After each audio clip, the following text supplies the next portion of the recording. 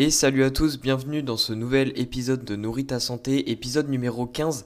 Et aujourd'hui, on est accompagné de Clément. Salut Clément. Salut tout le monde, salut Au- Raphaël. Eh ben salut. Aujourd'hui, on va parler d'allergies et du coup de nutrition aussi. Et du coup, juste avant de parler pleinement du sujet, je vais te laisser Clément de te présenter. Eh bien, je suis Clément Noblet, on peut me retrouver notamment sur Instagram par Clément Noblet. Je suis diététicien, je suis aussi une personne allergique et on va dire que j'ai plutôt une sorte d'expertise en tant que patient expert plutôt que vraiment une spécialité diététique dans l'allergie. Et donc, c'est un domaine qui me passionne énormément. Tout ce qui est autour de la nutrition et notamment ces temps-ci autour des allergies et de l'histamine. Ok. Donc ça fait longtemps que tu t'es intéressé aux allergies?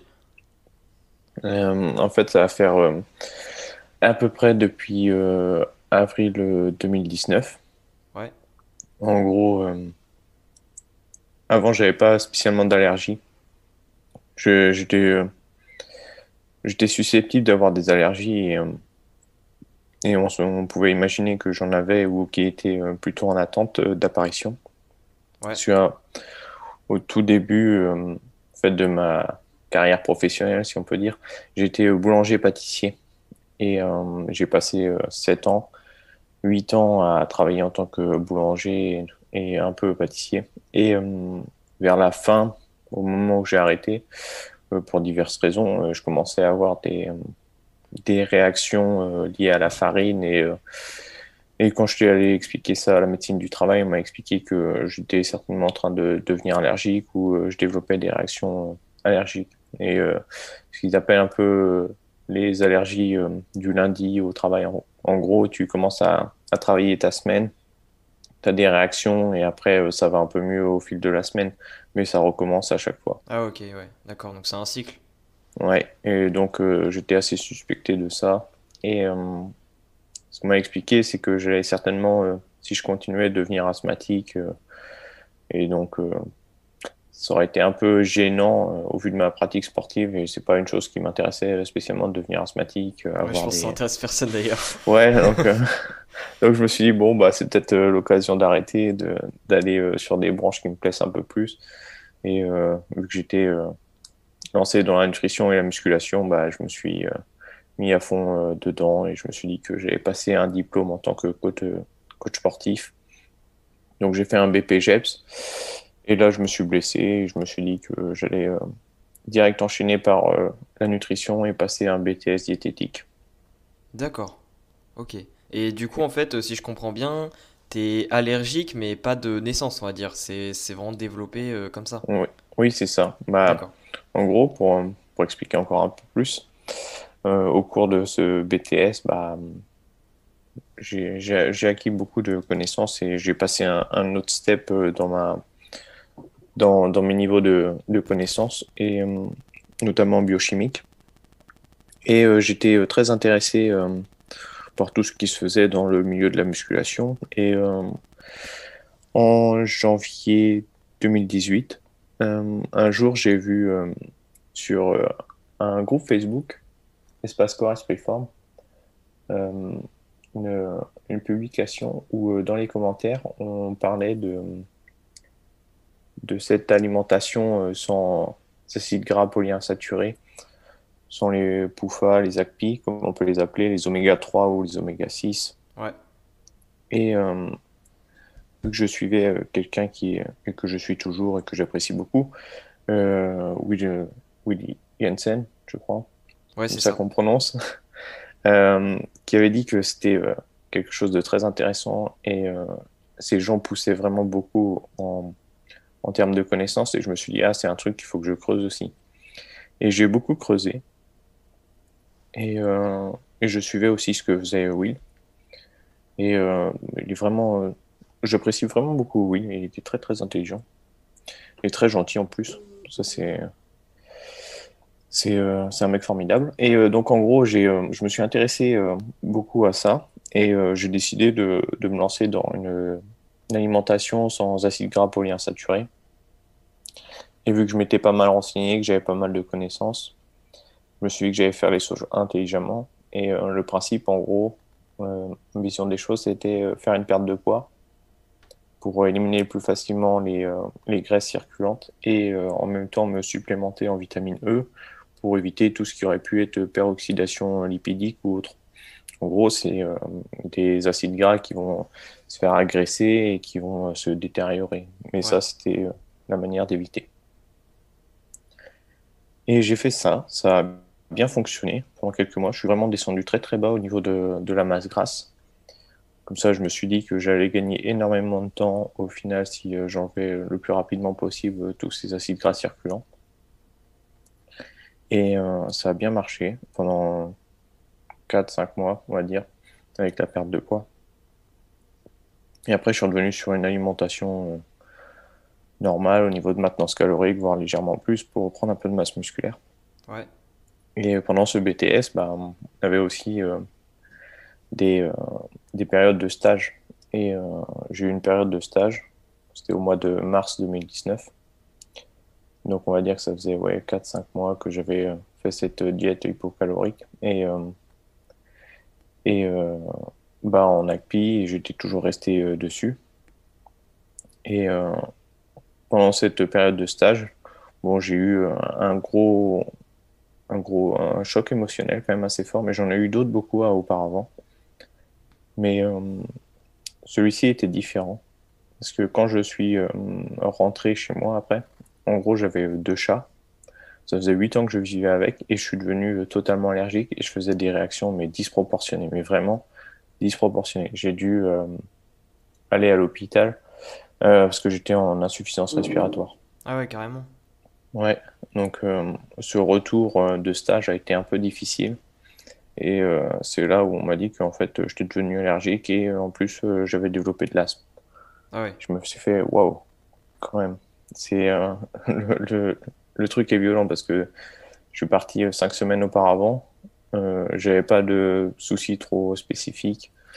J'avais toujours quelques petits éternuements ou des choses comme ça, mais tu vois, tu penses pas spécialement à un problème allergique, il n'y avait pas de problème Ouais, c'est respiratoire, ça. il y avait pas les yeux qui me démangeaient ou des choses comme ça, j'avais rien du tout. Éventuellement, les pertes de cheveux, mais ça, c'est beaucoup plus tard que j'ai compris que ça pouvait venir de là. Mais j'avais pas vraiment d'autres symptômes. Et au retour, ouais, ça a été catastrophe. C'était des démangeaisons, les yeux qui piquent tout le temps, les troubles du sommeil qui se sont aggravés, parce que j'en avais quelques-uns, mais là, ça s'est vraiment aggravé. Ouais. J'avais une perte de cheveux qui s'est accélérée, j'avais des problèmes respiratoires, une fatigue excessive. En fait, c'était vraiment catastrophique, quoi. Et en gros, ouais, je suis devenu allergique aux poils de chat, aux acariens, aux bois exotiques, aux graminées, à plein de choses en fait. Et Ah ouais, tout, plein de trucs, ok. ouais, ouais, bah, j'ai tout cumulé quoi. D'accord. Et ça, c'est certainement à cause des allergies croisées. Ce qu'on appelle ouais, croisées, c'est que il y a des protéines qui sont des éléments qui font la structure des molécules qui composent l'acarien ou le bois Hmm. ou les choses comme ça qui se ressemblent. Et en gros, le corps, il les détecte et il les prend tels que il se dit, tiens, c'est l'élément qui m'embête, donc je vais l'éliminer. Et en fait, c'est pas spécialement l'élément, mais il lui ressemble beaucoup, quoi. Ouais, c'est comme les agonistes et tout. Oui, ouais, c'est ça. D'accord. En gros, c'est comme si tu avais un mec qui arrive et qui met un déguisement et qui fait qu'il ressemble à cette personne et tu le laisses passer, quoi. Ouais, ok. Ou tu le laisses pas passer parce que c'est personne recherchée. Et du coup, avant vraiment de partir plus dans le sujet des allergies, je pense qu'il serait intéressant parce qu'en fait, on parle d'allergies généralement, mais je pense que beaucoup de gens ne savent pas réellement ce que c'est. Est-ce que tu pourrais expliquer euh, ce qu'est en fait une allergie? Bah, une allergie, en fait, c'est un dysfonctionnement du système immunitaire et c'est une réponse qui va être disproportionnée par rapport à la molécule qu'ils vont rencontrer, ce qu'on appelle un antigène ou un allergène. Et en gros, c'est à la base quelque chose qui est plutôt inoffensif, mais que notre corps va chercher à évacuer parce que c'est quand même une molécule étrangère. Et sauf que pour les personnes qui développent des allergies, le corps va avoir tendance à vouloir l'évacuer de manière vraiment disproportionnée, genre comme si c'était mortel. Mais en fait, Ouais, c'est notre réaction du corps qui peut devenir même mortelle vis-à-vis de ce petit étranger qui peut vraiment pas faire grand-chose pour la plupart des personnes. d'accord. Et du coup, est-ce que, je pense que la réponse est oui, mais est-ce qu'il existe plusieurs types d'allergies, proprement parler? Ouais, bah, souvent on fait la distinction un peu avec les allergènes de type plutôt respiratoire, acarien, des pollens, des choses comme ça, et les allergies plutôt alimentaires. Et après, on pourrait dire ce que tu as des pseudo-allergies. Et ça, c'est plutôt des, c'est le même moyen que les allergies, mais sauf que c'est pas une allergie en soi, c'est juste les mêmes réactions, c'est avec les mêmes globules blancs, enfin, une partie des globules blancs comme les mastocytes, qui vont libérer des molécules qu'on retrouve dans les allergies, et donc on pourrait croire à une pseudo-allergie, sauf que c'est par exemple souvent des aliments qu'on peut se dire qu'on ne tolère pas, mais il y a des jours où ça va aller et des jours où ça va pas aller quoi avec. Ouais, ok. Et aussi, alors moi j'ai déjà un petit peu étudié les allergies il y a de ça un peu plus d'un an. Et, euh, et je pense que ça serait intéressant aussi que tu parles on va dire des différents degrés d'allergie, tu sais, les type 1, hypersensitivity, etc. là. Je sais pas si tu vois ce que je veux dire. Non, Souvent je il vois. y a quatre phases, un petit peu. Ou du moins, pour reformuler, est-ce que il y a plusieurs, on va dire, stades, ou du moins de, degrés, je sais plus parler, d'agravité, on va dire, des allergies. Euh, Par rapport au type de réaction ou par exemple faire un choc anaphylactique, les œdèmes de coin qui est ouais, c'est ça. en gros y rester. Euh, ouais, bah, typiquement en fait c'est les réactions du corps qui peuvent être disproportionnées et c'est là où ça peut t'emmener jusqu'à la mort quoi. Euh, en gros, tu as une libération de plein de molécules et en fonction du nombre de molécules qu'il y a et de ta capacité à les éliminer, tu vas avoir des symptômes qui vont apparaître. Et donc, ouais, je vois maintenant où tu veux en venir. Les types 1, c'est ce qui correspond ouais, au choc anaphylactique. Et donc, ce qui peut entraîner souvent l'étouffement. Et en gros, il te faut une piqûre d'adrénaline pour que tu puisses survivre. Ouais. C'est un peu ça. Euh, Ensuite, tu as plutôt ce qui est lié avec les anticorps. Euh, Par exemple, aux greffes d'organes, je pense que c'est des choses comme ça que tu peux penser. Hmm. Parce que le corps va réagir et se dire que par exemple, un organe étranger, c'est les rejets de greffe, c'est un peu les mêmes choses. Quand on va greffer un rein, par exemple, et que le corps détecte ça comme un corps étranger, bah, il va avoir un rejet, il va aller détruire les cellules, quoi. Ouais. Ouais, c'est un petit peu comment dire, une réaction auto-immune en quelque sorte. Ouais, bah, au final, les allergies, c'est un peu, ça pourrait ressembler un peu à une maladie auto-immune, Hmm. parce que c'est toujours le système immunitaire qui est complètement déboussolé, en gros. C'est ça. Et il a une perte de tolérance et une hypersensibilité à plein de choses. Donc, ouais, c'est toujours un problème immunitaire, certainement avec une grande base génétique. Mais l'environnement est extrêmement important. Et Ok. souvent, Et notre environnement fait que, et notre niveau d'hygiène fait que certainement on va être plus exposé, et les enfants à venir seront plus exposés aux allergies. ouais. Et du coup, pour un petit peu, on va dire, faire le lien avec l'environnement, est-ce que l'alimentation elle a un lien avec l'apparition ou même la disparition des allergies? Oui, totalement. Mais après, c'est à prendre aussi avec tout l'environnement. Oui, Mais oui, c'est une composante importante. Parce que, en gros, le système immunitaire va réagir différemment en fonction des molécules qu'on va lui apporter et des aliments, forcément, qui contiennent ces molécules. Et en fonction de ça, il va se réguler. Et certaines choses vont venir déréguler. Ou des fois, on peut entendre la perméabilité intestinale. Par exemple, les acides gras saturés ont tendance à favoriser la perméabilité intestinale, et donc on aurait plus d'allergènes à venir dans le corps, et des fois, ça peut poser problème. Et c'est certainement moi ce qui m'est arrivé. d'accord. Donc Donc, c'est un manque d'équilibre en fait.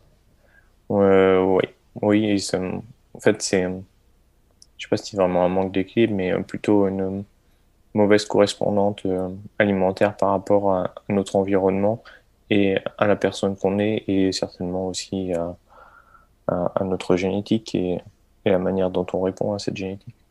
Ouais, d'accord.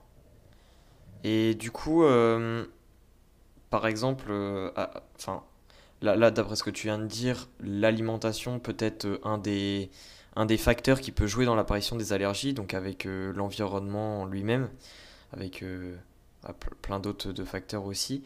Et du coup, en fait, une fois qu'on a une allergie, est-ce que il y a, on va dire, certaines astuces qui correspondent à la grande majorité des allergies, parce qu'après, bien sûr, ça diffère aussi en fonction de l'allergie en elle-même. Au niveau de l'alimentation, pour pouvoir éviter de trop connaître les symptômes allergiques. Oui, sur ça, tu as ça. Euh, Après, il faut peut-être des fois régler les problèmes de base parce que souvent, c'est les enfants qui sont allergiques. Tu peux avoir beaucoup de problèmes au niveau du microbiote. Hmm, Et en gros, une diversité un peu moindre. Et ça peut poser problème. Et il faut déjà essayer de régler ce problème. Et chez les adultes qui développent des allergies, un peu plus tard, tu as moins de. C'est moins ce qu'on appelle une dysbiose, un problème de microbiote qui serait délétère. Tu as moins ce phénomène. Donc, c'est pas exactement les mêmes choses sur lesquelles il faut travailler. Et honnêtement, pour tout ce qui est microbiote, j'en ai pas encore assez de connaissances pour donner des pistes. Mais tout ce qui est plus correspondant aux adultes, ça j'ai. Parce que je travaille notamment pas mal sur tout ce qui est intolérance à l'histamine. ouais, Et l'intolérance à l'histamine, c'est ce qu'on pourrait dire une pseudo-allergie. Et l'histamine, c'est une molécule qui est justement sécrétée pendant les allergies. Parce que les médicaments qu'on donne typiquement aux personnes allergiques, ce sont des antihistaminiques. Et donc, il faut essayer de chercher à éliminer cette histamine en priorité. d'accord. Et un moyen de voir l'histamine, en fait, c'est un peu comme du café. Si on prend une métaphore, ce serait ouais, comme du café. Et nous, notre corps, ce serait comme une tasse. Et certaines personnes ont des tasses plus ou moins grandes et d'autres plus ou moins petites. C'est genre, tu te prends un mug et d'autres ont juste un petit expresso, quoi. Hmm,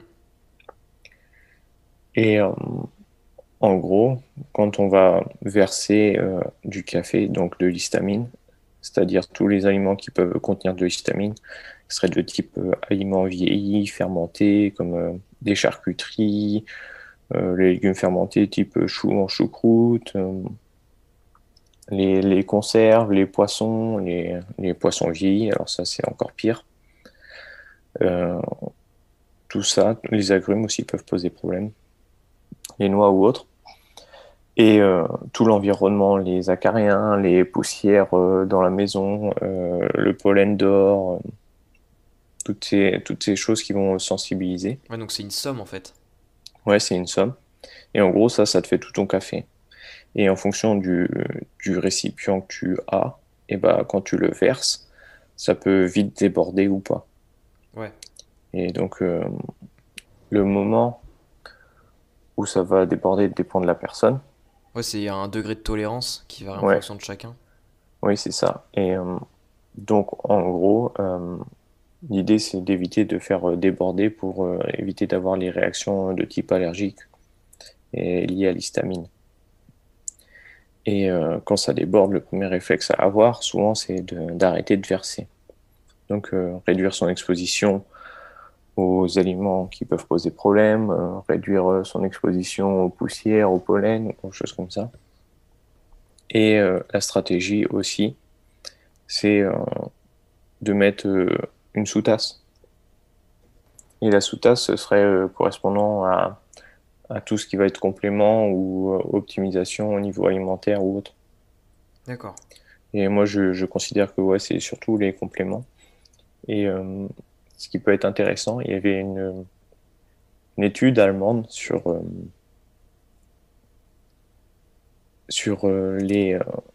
le rafting. Enfin, c'était pour le mal de mer. Hmm. C'était un peu en mode rafting. Et en gros, le mal de mer, c'est une intolérance à l'histamine.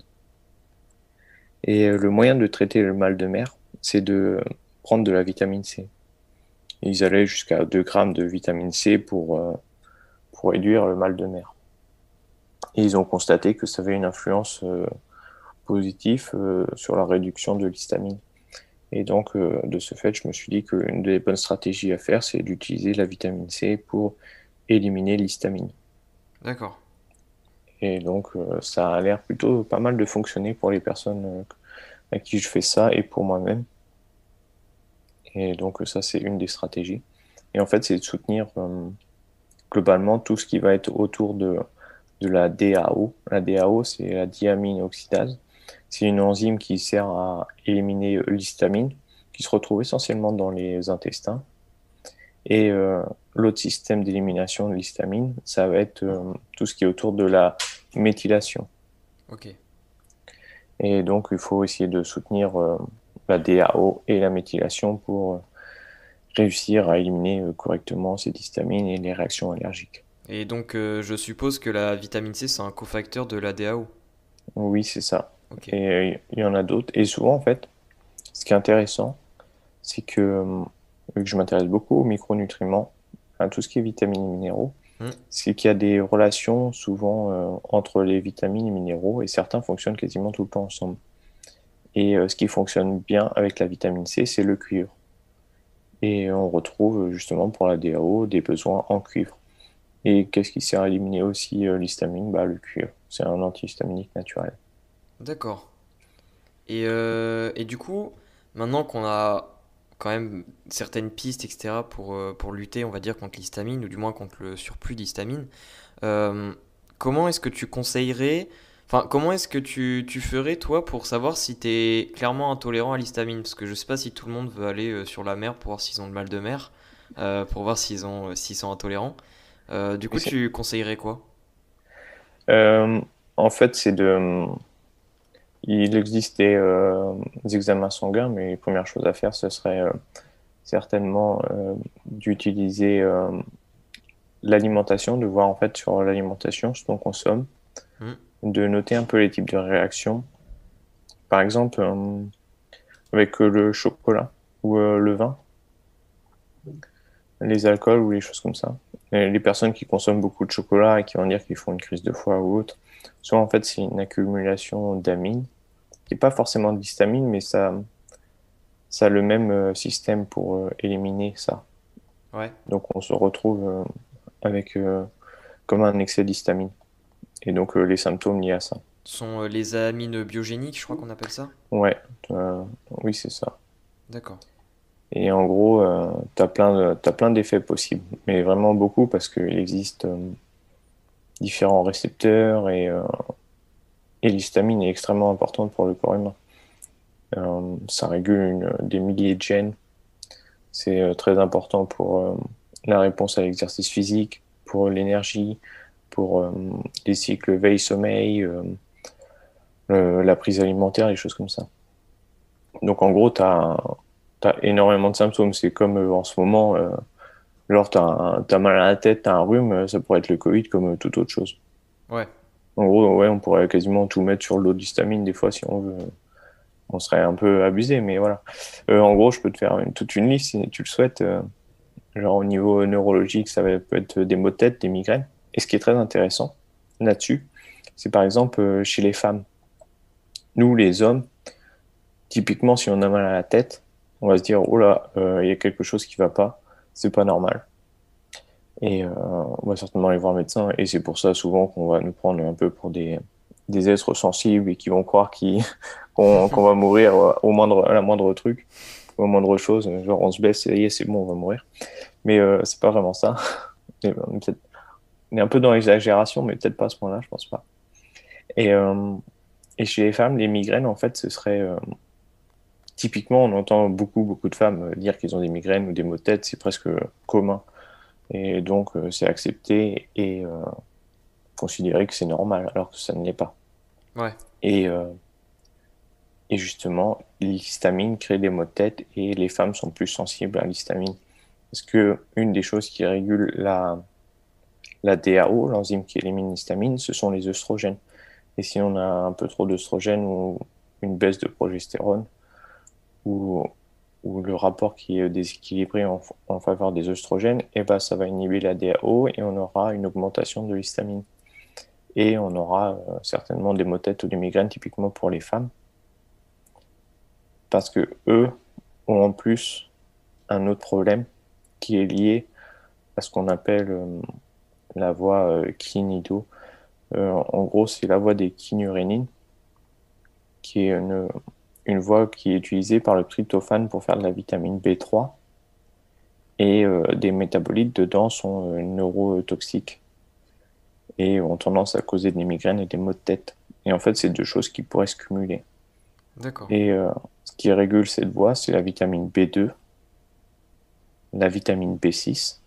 La vitamine B6 sert comme cofacteur de la DAO et dans, dans le cycle de la méthylation.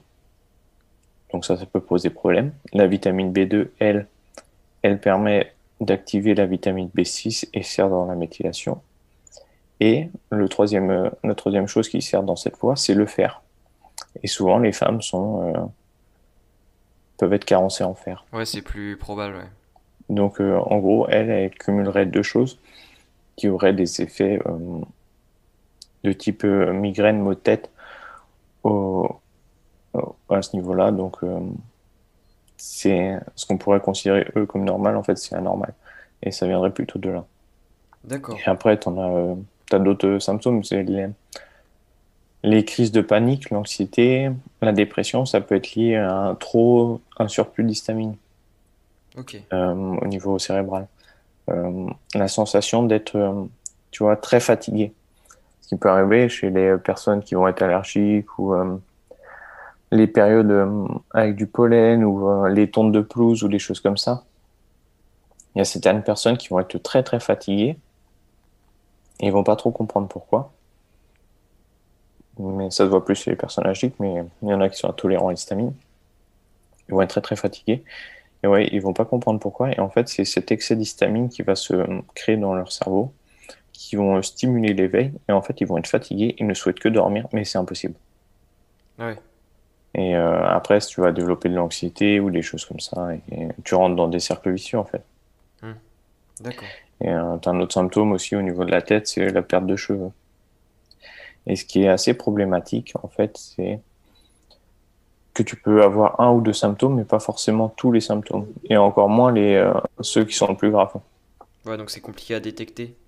Ouais, ça peut être ça. Mais les plus communs, ça va être les yeux qui ont tendance à piquer, rouges, euh, les, euh, les écoulements nasaux, enfin, tout ce liquide qui va s'écouler, le nez qui va être congestionné, une respiration un peu difficile.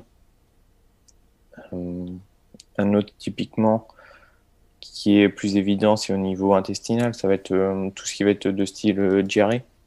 Ouais. Dès que tu as un excès d'histamine et que la DAO au niveau des intestins a tendance à avoir une faible activité, tu vas avoir un peu des crampes intestinales, ça va pas trop aller. Et ensuite, il va falloir que tu ailles courir aux toilettes parce que là, faut que ça sorte, quoi. Ou tu peux avoir aussi des reflux gastro-œsophagiens, ce qu'on appelle les RGO, Ouais, ou les nausées. Par exemple, les nausées matinales pour les femmes enceintes, ça peut être lié à un excès d'histamine. Et ça, ça peut être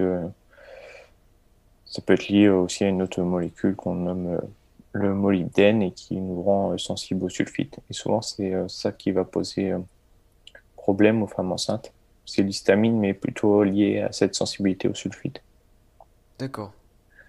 Et après, tu en as encore d'autres au niveau musculaire et osseux. Parce que tu vas avoir des douleurs de type musculaire. En vieillissant, ça pourrait être de l'ostéoporose ou un problème dans le renouvellement osseux.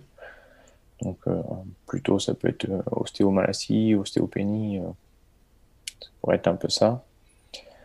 Tout ce qui va être au niveau cardiovasculaire, ça pourrait être bah, le choc anaphylactique, des troubles du rythme cardiaque. Tu pourrais avoir, enfin, très souvent, ça va être de l'hypotension, mais quelquefois, ça peut être de l'hypertension. Donc là-dessus, c'est déjà assez problématique parce que si ils s'opposent et pourtant ça pourrait être la même chose. Hmm. Euh, les douleurs au niveau du thorax aussi, ça pourrait être ça. Plus commun au niveau de la peau, bah, tu auras les urticaires, les picotements, les rougeurs, euh, les démangeaisons. Euh, Quand dans le milieu de la musculation, parfois certaines personnes prennent de la bétalanine en tant que pré-entraînement ou tout au long de la journée, ça dépend un peu la stratégie utilisée. Mais des fois, ça va être autour des 1 gramme ou 1 gramme 5, ça peut passer, et certains vont peut-être monter à 3 grammes. Et ils vont avoir cette sensation de picotement, de paresthésie au niveau du bout des doigts. Et ça, ce serait l'histamine. Parce que la bêta-alanine va en fait forcer la molécule qu'on nomme histidine à être libérée pour faire de la carnosine. Et quand l'histidine est libérée, eh ben, elle va aussi avoir la possibilité d'être transformée en histamine. Ouais. Et donc, ces mêmes personnes peuvent se retrouver, par exemple, 3 quarts d'heure, 1 heure après, en plein entraînement, surtout en sans les cuisses, à devoir aller aux toilettes parce que ça devient gênant. D'accord, ok. Ouais, donc en fait, Et, il y a énormément de choses reliées à l'histamine. ouais, ouais, mais carrément, bah, encore, c'est pas fini, mais euh, ch- plus chez les femmes, j'ai remarqué, moins chez les hommes, mais ça allait quand même un peu. Ça va être au niveau urinaire. Euh, L'envie de souvent aller aux toilettes. Tu vois, une miction assez fréquente. Et pour les femmes, par exemple, tu vas avoir aussi des crampes utérines, des douleurs, comme ça. D'accord, Ça, ce serait lié aussi à la hausse des œstrogènes. ok. Et Donc, ouais, énormément de symptômes, quoi. Enfin, possible. Donc, c'est assez compliqué. Et souvent, c'est peu de symptômes autant mélangés. T'auras jamais autant de trucs, sauf si tu fais vraiment une réaction allergique et que tu es vraiment une personne allergique. Mais souvent, ça va être plus quelques symptômes par-ci, par-là. Et c'est lié plutôt à l'intolérance à l'histamine. Et le problème aussi, c'est que les symptômes peuvent apparaître dans les 45 minutes à 4 heures après. ok. Ouais, donc l'identification elle reste quand même compliquée. Ouais, ouais, bah, carrément. Et du coup, même si, mettons qu'on a pris conscience qu'on était intolérant à l'histamine, est-ce que, parce que là, tu as parlé voilà, des suppléments, de certains cofacteurs qui peuvent aider du coup à, on va dire, à un petit peu régler ce problème. Est-ce que prendre des suppléments comme ça, par exemple de vitamine C, et puis de se focus dans l'alimentation sur la B2 par exemple, le cuivre, est-ce que on va dire que ça permet juste de faire stagner la chose pour qu'on limite les symptômes, ou alors ça peut nous faire un petit peu améliorer très progressivement notre tolérance à l'histamine? Euh,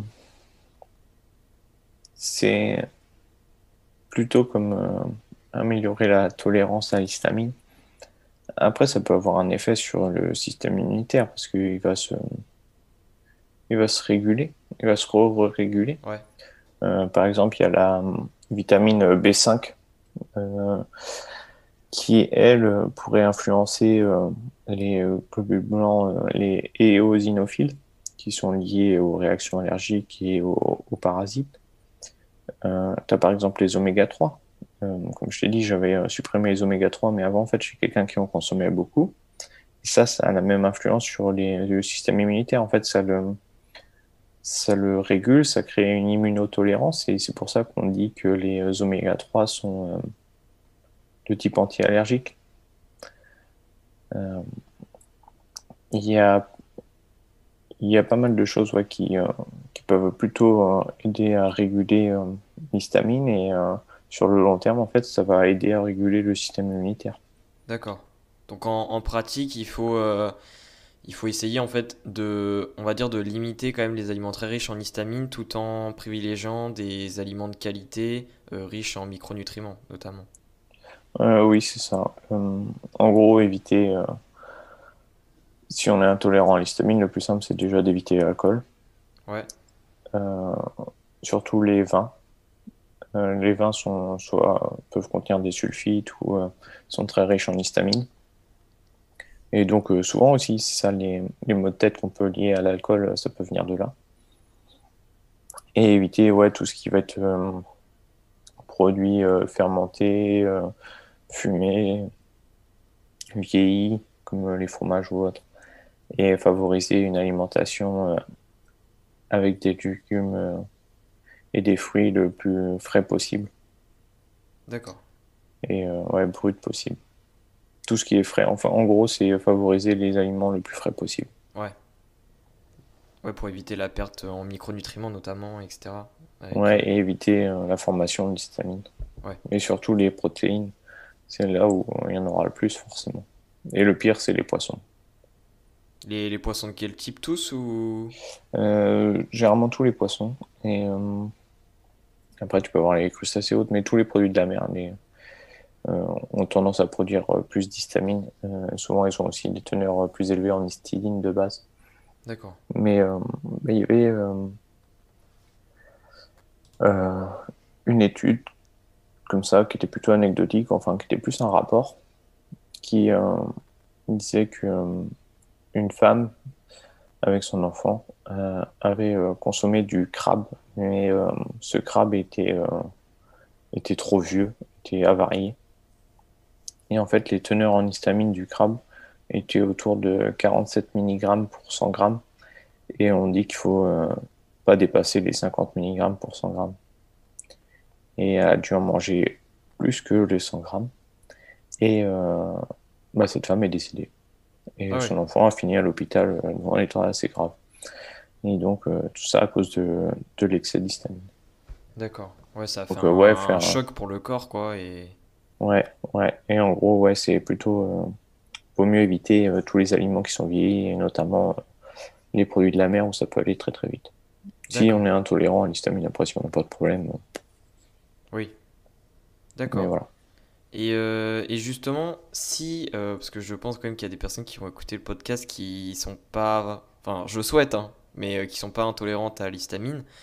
Si on n'est pas intolérant à l'histamine, qu'est-ce que tu conseillerais en fait pour justement éviter de le devenir par la suite? Euh, Éviter les aliments trop, enfin, plutôt une alimentation trop riche en lipides, notamment en acides gras saturés. Euh, Ça aurait tendance à augmenter la perméabilité intestinale et à favoriser le passage de ce qu'on nomme des endotoxines par rapport aux bactéries.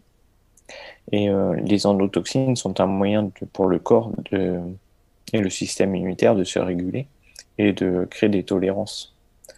Euh, Par exemple, dans les poussières de maison, il y a une partie, c'est les protéines, mais il y a une autre partie, c'est des endotoxines. Et les endotoxines servent justement à réguler notre capacité à tolérer cette poussière et les acariens. D'accord. Et moi, quand j'étais enfant, par exemple, ma maman était très à cheval sur la poussière et tout, et nettoyait tout le temps, vraiment tout le temps, tout le temps. Moi, je suis devenu allergique aux acariens, et mes deux frères sont aussi devenus allergiques aux acariens. Ouais, ça, je sais pas si tu connais, mais je pense que tu as déjà entendu parler. Tu sais, je sais plus si c'est théorie ou hypothèse qu'on dit, mais je sais plus comment ça s'appelle, mais genre de la propreté. Hygiéniste, Ouais, ouais, voilà, la théorie hygiéniste. c'est ça. Oui, oui, bah, c'est exactement ça en fait. Il y a des études qui rapportent que, en gros, dans le système immunitaire, t'as plusieurs lymphocytes et par exemple des lymphocytes T régulateurs, T cytotoxiques, des helpers. Ouais, Et en gros, dedans, tu as les, euh, les TH1 et TH2 qui sont notamment importants pour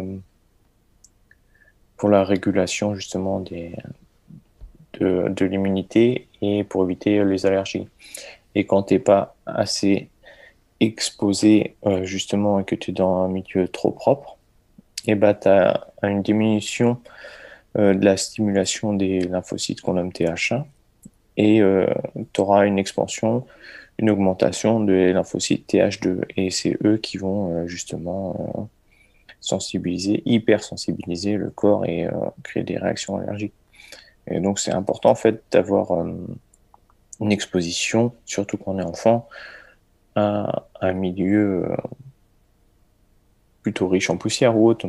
Souvent c'est ce qu'on dit, les enfants qui ont vécu dans des fermes ou des choses comme ça développent moins d'allergies que ceux qui ont vécu dans un milieu ultra aseptisé. Hmm.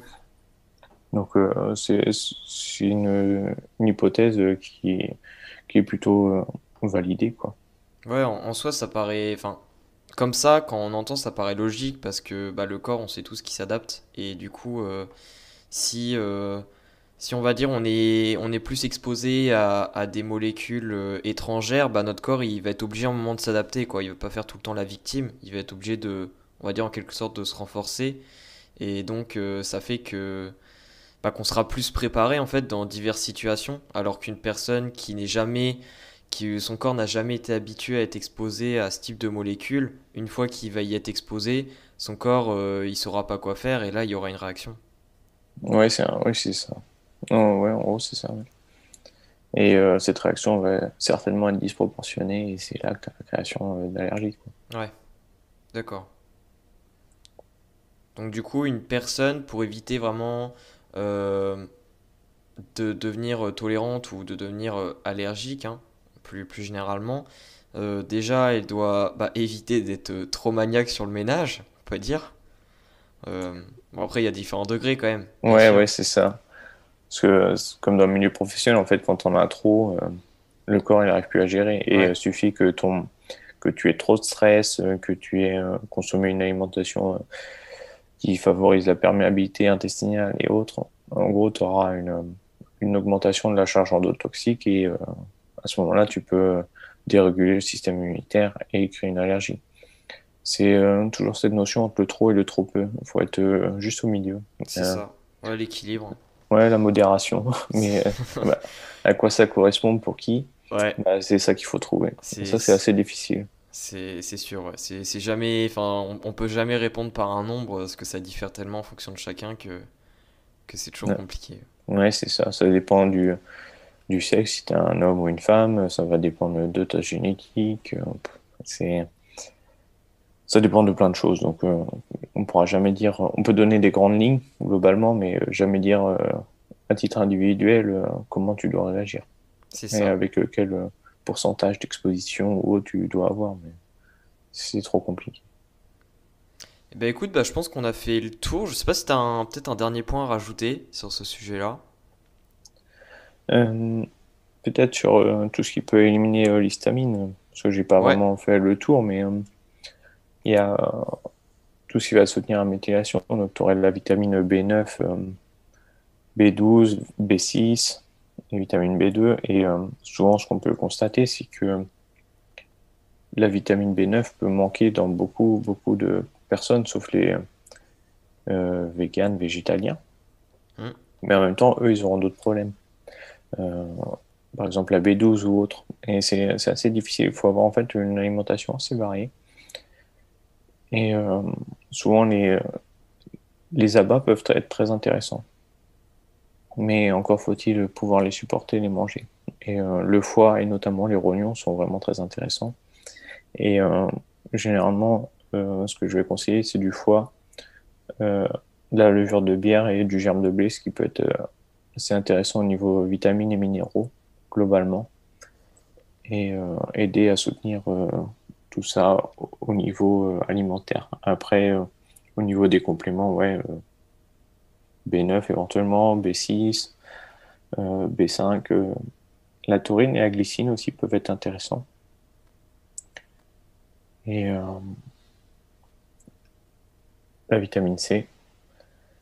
Et globalement, après, on a fait le tour. D'accord. Et ouais, il faut essayer au maximum de soutenir un peu tout ce qui est méthylation. Donc ces vitamines-là, faire attention. Ok.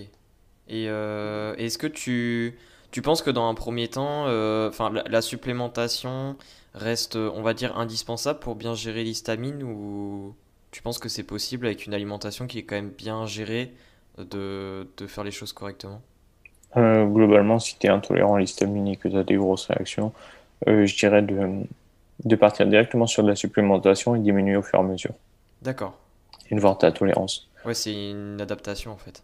Ouais, comme ça, en fait, élimines tous les symptômes, déjà, tu vis mieux. Parce que c'est très fatigant, en fait, quand tu as un excès d'histamine. Moi, ça m'arrive parfois. Ça m'est arrivé il y a quelques temps. En gros, le matin, j'avais testé un nouveau complément, une nouvelle stratégie, et ça marchait bien. Et je me suis dit, bon, bah, tiens, je suis un dingue. Je vais manger œuf, banane, chocolat. Mais banane bien mûre. Et les bananes bien mûres sont très riches en histamine. Et le chocolat, bah, c'est riche en amine. Hmm. Et j'ai pris ça dès le matin, il était 9 heures. J'ai eu un excès d'histamine. Je me suis senti pas bien. J'ai commencé à avoir les yeux qui me démangent. J'étais fatigué, j'avais mal au ventre, il fallait que j'aille aux toilettes. Et en gros, toute la journée, ça me l'a ruiné. Ouais. Et, et c'est pour ça qu'il faut quand même faire attention et plutôt chercher à éliminer tout de suite les symptômes pour avoir une vie plutôt correcte et normale et ensuite régler au fur et à mesure et diminuer. Et dès que tu commences à avoir des réactions, te stabiliser à ce niveau-là et après voir pour descendre. D'accord. Parce que franchement, si tu as une grosse fatigue, des envies tout le temps d'aller aux toilettes, que t'es pas Ouais. bien, tu fais plus rien de tes Oui, journées c'est et ça. c'est déprimant et anxiogène et ça aggrave le truc quoi. Ouais. Et du coup, est-ce que tu penses que c'est déjà une bonne façon? C'est-à-dire que si, par exemple, on aime bien certains aliments qui sont relativement riches en histamine, pour essayer de réguler la consommation et d'éviter l'excès, de répartir, par exemple, comme tu dis, là, banane et chocolat, tu vois. Imaginons qu'avant on en mangeait au même repas, etc. Est-ce que tu penses déjà que c'est une meilleure façon peut-être manger la banane le matin et en plein après-midi le chocolat pour essayer d'espacer et de pas créer une réaction en fait? Oui, ça peut être une stratégie à employer. Parce qu'en gros, tu laisses un peu le temps d'éliminer ces molécules-là et histamine et donc tu as plus la possibilité de consommer d'autres aliments. Mais ça met quand même un peu de temps à être éliminé et c'est Ouais. assez facile de remplir sa tasse de café, quoi. Hmm. Parce que D'accord. en même temps, tu peux avoir l'exposition Oui. aux allergènes respiratoires. Oui, il faut pas oublier l'aspect environnemental qui est tout Ouais. autour. Hmm. Donc c'est pour ça qu'il y a certaines personnes qui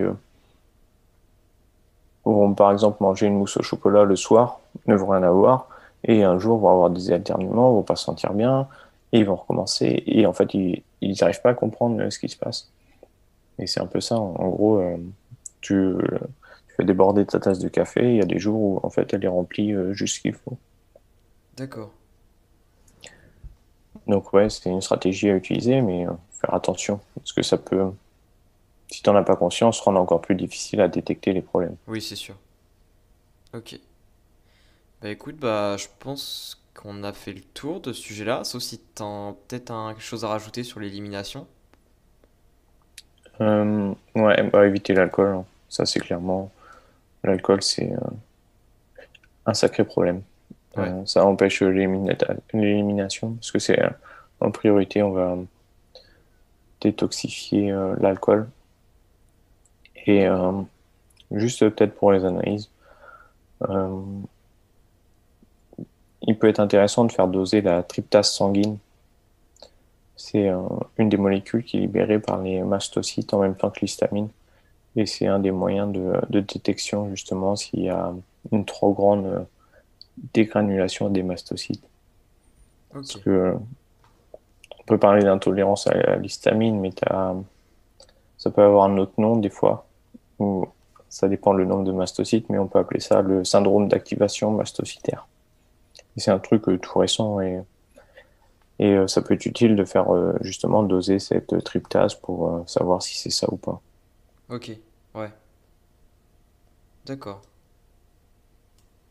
Bah écoute, bah merci beaucoup hein, pour toutes ces informations. Ouais, Euh, c'était avec plaisir.